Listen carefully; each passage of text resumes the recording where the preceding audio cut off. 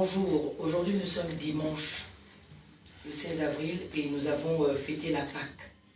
Alors, pendant que notre pasteur Jean-James Nkondo prêchait, pendant ce temps, dans mon esprit, je recevais des enseignements. Alors aujourd'hui, nous avons lu Jean 20, et je vais essayer de partager ce que j'ai dans mon cœur. Je suis là avec mes sœurs, je suis là avec l'apôtre Turine, je suis là avec l'ancienne Edith, et moi-même je suis la diaconesse Suzanne Barra, en même temps évangéliste.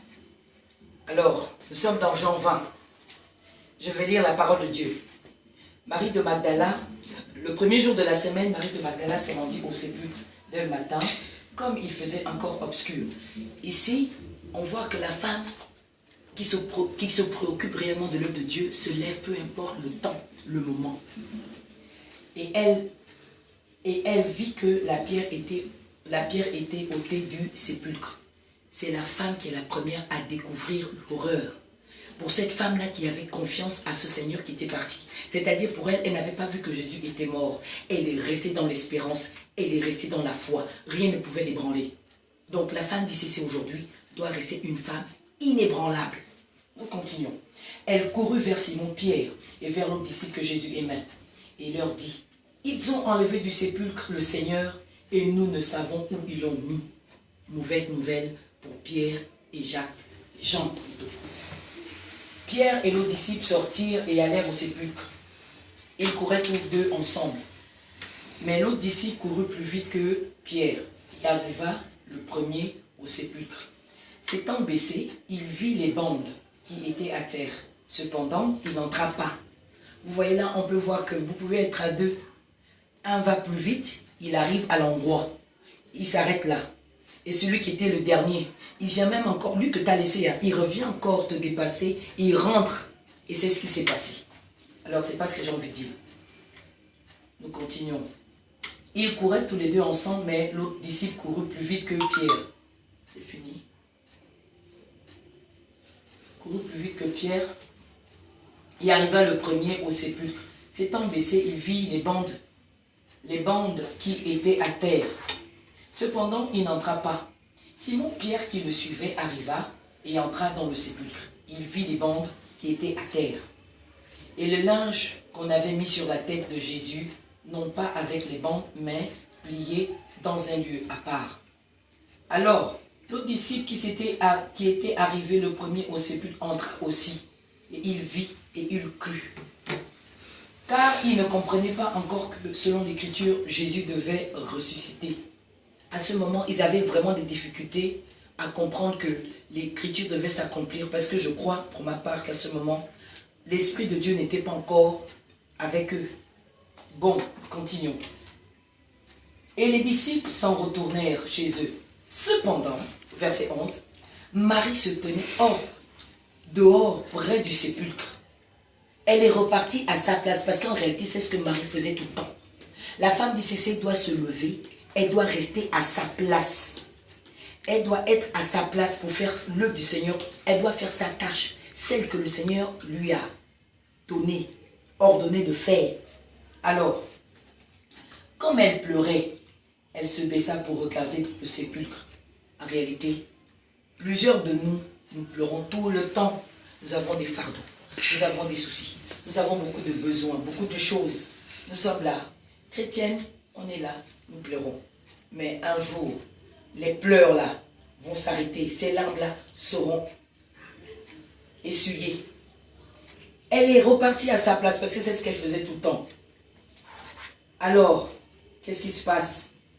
Et elle vit deux anges vêtus de blanc, assis à la place où avait été couché le corps de Jésus. Le miracle commence.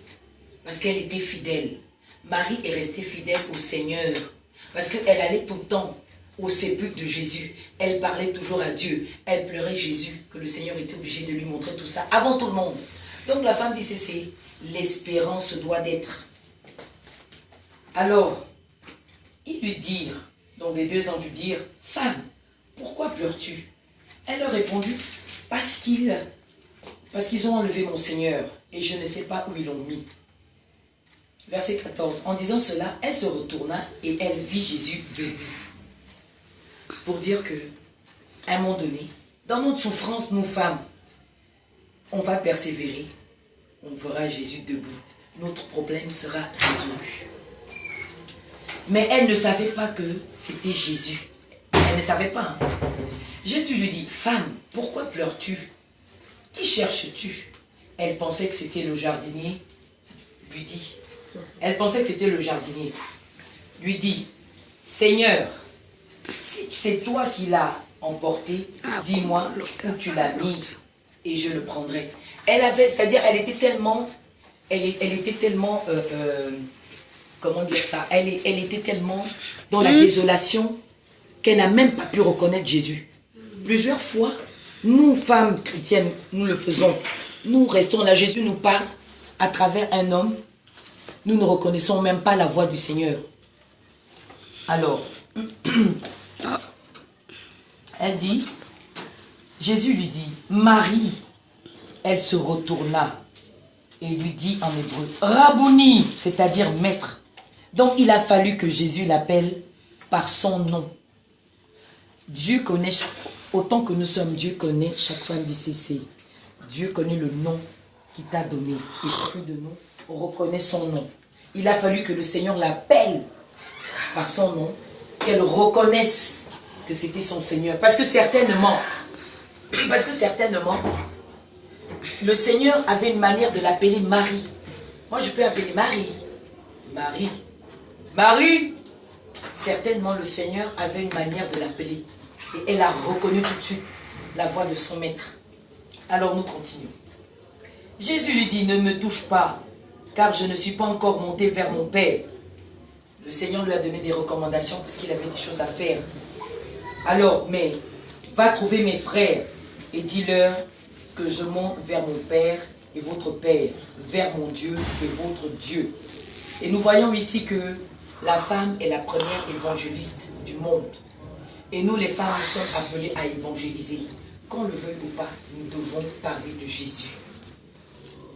Alors, Marie de Magdala alla annoncer aux disciples qu'elle avait vu le Seigneur et qu'il lui avait dit ces choses.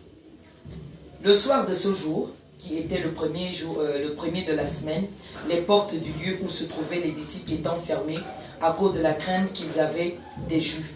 Jésus vint, se présenta au milieu d'eux et leur dit, la paix soit avec vous. Et quand ils eurent dit cela, il leur montra ses mains, son côté. Les disciples furent dans la joie en voyant le Seigneur Jésus. Alors ici,